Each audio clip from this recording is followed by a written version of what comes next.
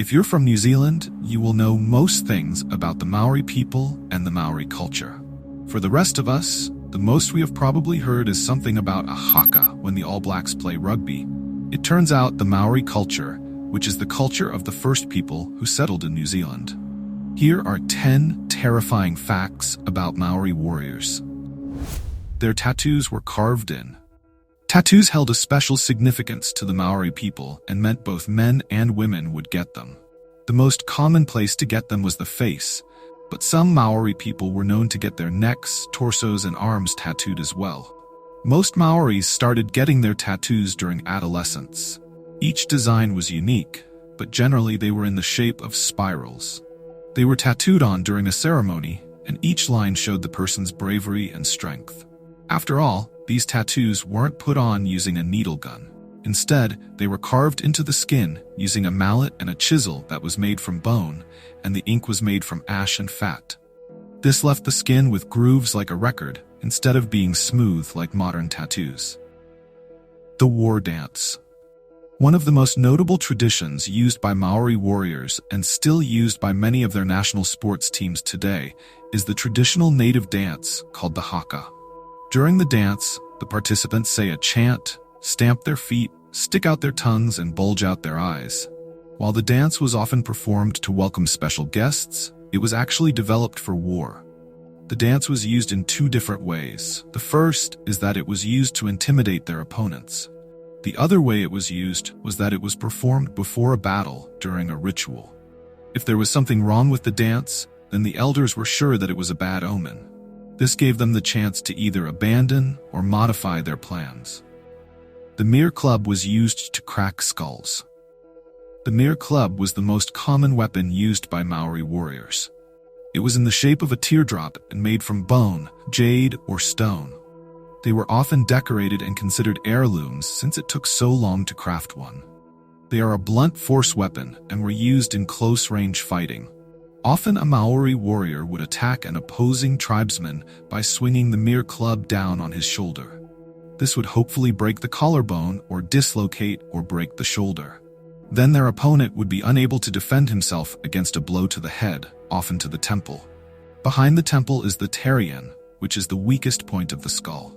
Since the skull is so thin there, it usually only took one blow to that area to kill an opposing warrior. The dead were buried and dug back up again, and then reburied. The Maori had a very unusual method for burying their dead. Starting early in their culture, the Maori people began to bury people twice. First, after a week or two of mourning, the body was wrapped in mats and then would be buried and allowed to decompose. Then a year later, the bodies were dug up and the bones were scraped to remove any remaining flesh.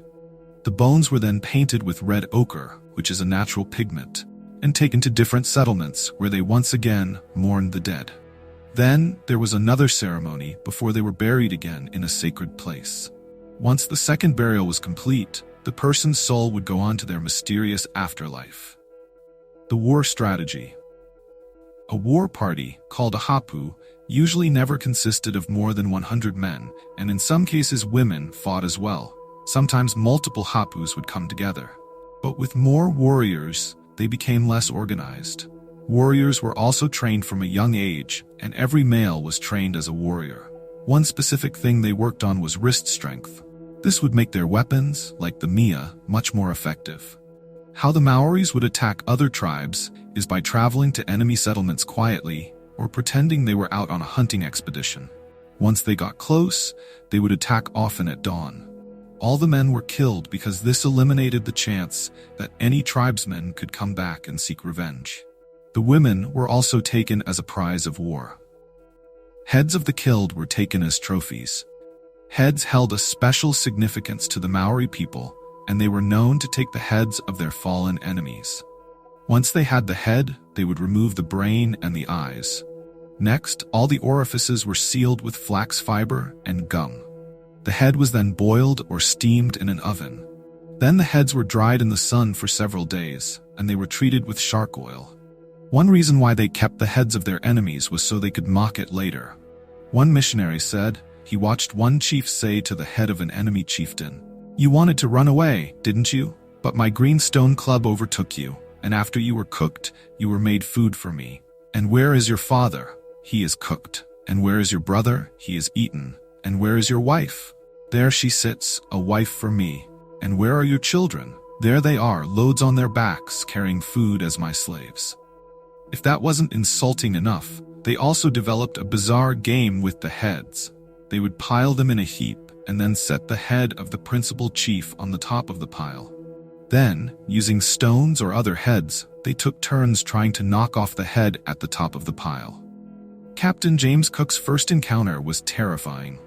The first encounter between the Europeans and the Maori was in December of 1646, when a Dutch ship made landfall near a Maori tribe. Both groups were standoffish, and this led to a small fight that resulted in deaths on both sides. After the run-in, the Dutch sailed off, and Europeans would not go back until October 1767, when English navigator James Cook traveled there, looking for the fabled fourth continent. When Captain Cook first encountered the Maori, they sent out 2 war canoes to meet them. When the canoes approached, 2 full-grown Maori warriors, complete with face tattoos, stood up and held the shrunken heads of their latest opponents, who were also covered with tattoos. Cook and his crew immediately noticed the detail on the faces and knew the heads were real. Cook wanted to interact with the Maori peacefully, but there were some misunderstandings, and the Maori acted aggressively. As a result, the Europeans were supposedly forced to kill a few Maori in self-defense, much to the dismay of Cook. To convince them that they had come in peace, Cook and his men ended up kidnapping some Maori warriors. They acted kindly to them and then let them go. This led to a better relationship between the Maori and the Europeans, which would play an important role in the shaping of New Zealand. Their most famous warrior, Hongi Hika. It is believed that the most famous Maori chief, Hongi Hika, was born in 1778. As a young man, he was a fierce and agile warrior who rose up through the ranks of his tribe. His chief got along with the Europeans and also saw the value of muskets in warfare. The chief managed to trade with the Europeans for several guns and ammo in 1808. The tribe then got into a war with another tribe. Hika's tribe fired off their first shots with their muskets, but the problem with the muskets is that they take at least 20 seconds to reload. The other tribe used this time to attack. Many members of Hika's tribe, including the chief, were slaughtered. Hongi Hika was one of the lucky few to get away. With the chief dead, Hongi Hika was the most senior, so he took control of the tribe. The defeat, however, could have well discouraged Hongi Hika from using muskets. However, he had the foresight to see that muskets could be an incredibly important part of warfare. So he got closer to the Europeans, even visiting Australia and England, where he became a bit of a sensation because of his tattoos. He even converted to Christianity and set up the first Christian mission in New Zealand. This relationship to the church gave Hongi Hika access to more rifles because he vowed to become a defender of the church. However, he wasn't simply given all the guns, instead trading for them. As for what the Europeans wanted in exchange for the guns, well, that was shrunken heads. In fact, as the trade became more common, slaves and prisoners of war were brought to the Europeans, and they chose which heads they wanted. The Maori then tattooed the chosen victim and decapitated them. The market got so flooded with Maori heads that they were being sold for as little as £2, which was about a week's wage in England for a working man. Nevertheless, Hongi Hika was able to amass over 3,000 guns and plenty of ammo and gunpowder in his 10 years as chief. Starting in 1818, his tribe slaughtered other tribes and took their women. Within a year, he had complete control over northern New Zealand.